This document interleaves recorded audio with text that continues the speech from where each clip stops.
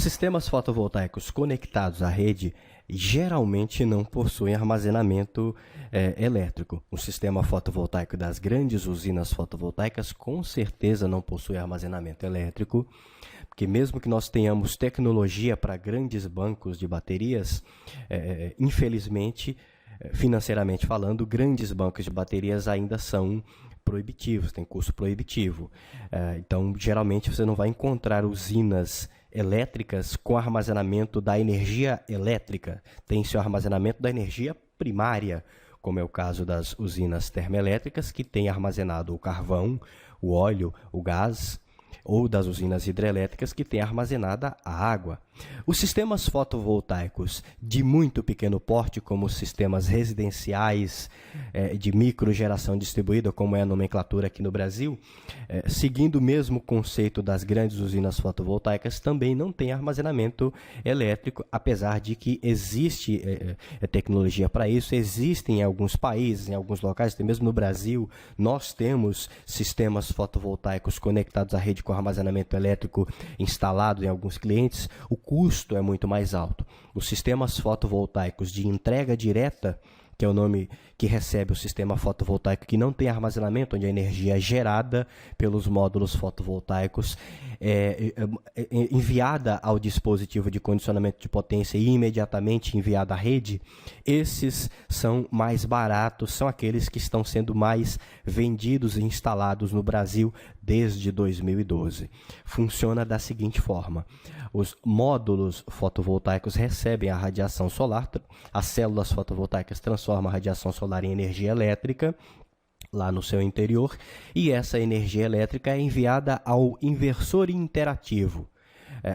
Pela terminologia em inglês, ele é chamado de Grid Tie Interactive Inverter, inversor interativo, amarrado, vinculado, conectado à rede. Em português brasileiro seria inversor interativo à rede.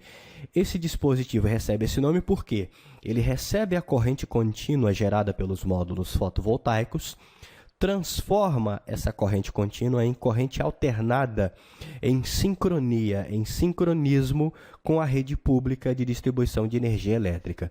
Nesta animação, vocês estão vendo mais ou menos o modelo australiano, o modelo alemão, em que há um medidor separado para o sistema fotovoltaico, mas aqui no Brasil, na maioria das vezes, o inversor interativo é ligado diretamente ao quadro geral da unidade consumidora.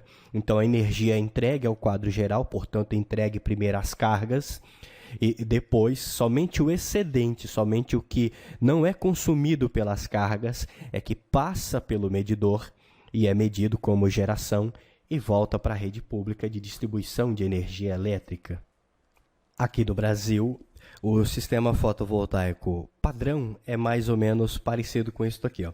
O arranjo fotovoltaico, o conjunto de módulos fotovoltaicos, é ligado ao inversor interativo, e o inversor interativo é ligado ao quadro geral da unidade consumidora.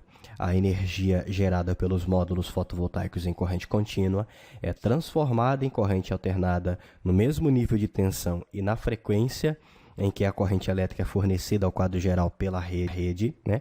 Como está chegando no quadro geral, primeiro alimenta as cargas no interior da unidade consumidora, e quando a potência do gerador é superior à potência das cargas, uma parte da corrente elétrica vai para fora, vai para a rede pública de distribuição de energia elétrica e passa pelo medidor. O medidor deve ter capacidade de funcionar nos dois sentidos, no sentido da energia entrando no quadro geral vindo da rede e no sentido da energia elétrica saindo do quadro geral e indo para a rede.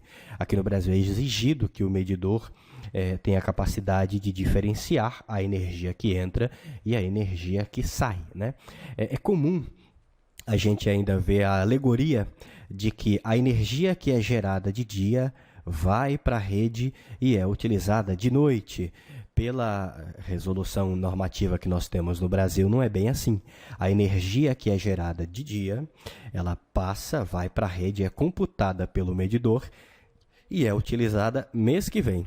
No mês que vem, você recebe a sua conta de energia elétrica e nela vai constar o valor do crédito energético, quanto que o seu sistema gerou e que será abatido da tua conta. Se você instalar um sistema fotovoltaico no âmbito do que é permitido, da forma que é permitido no Brasil, você não gera de dia e usa de noite. Você gera hoje e recebe no final do mês, no mês que vem, quando volta a conta para se pagar. O sistema fotovoltaico conectado à rede média não tem armazenamento, né, de entrega direta. Ele entrega energia diretamente à rede, não passa por um estágio de armazenamento. E aí nós temos a economia promovida pelo não uso das baterias. Se não tem bateria, não usa bateria, significa que não tem o desgaste das baterias em torno de 2 a 5 anos de funcionamento. Então há uma economia muito grande. O custo inicial de instalação é menor e os custos de manutenção ao longo dos períodos de funcionamento também são muito baixos. Infelizmente, como não tem bateria, não tem energia armazenada, não tem autonomia. É por esse motivo que, quando cessa, por algum motivo, o fornecimento de energia elétrica na rede, um acidente elétrico, por exemplo, o sistema fotovoltaico deve parar de funcionar e a residência, a unidade consumidora que possui um sistema fotovoltaico conectado à rede, vai ficar sem energia. O funcionamento do inversor interativo deve prever isso. O inversor interativo não pode, de maneira nenhuma, alimentar a rede se a rede não estiver plenamente funcionando, se não tiver tensão elétrica. A programação da unidade de controle do inversor interativo tem que prever isso. Ele tem que possuir o chamado sistema anti-ilhamento, que é assunto para uma aula futura.